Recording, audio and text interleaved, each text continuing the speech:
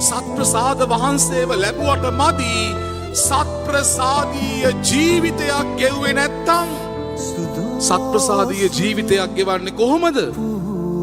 ඔය පූපය ජේසුගේ ලේ මාංශය උනේ කොහොමද? වචන 4ක් නිසායි. ඒ වචන 4 නිසා තමයි ඔය රොටි කෑල්ල ජේසුගේ මාංශය උනේ. මොකක්ද මේ වචන 4? උන්වහන්සේ පූපය රැගෙන ආශිර්වාද කොට කඩා දුන්සේක.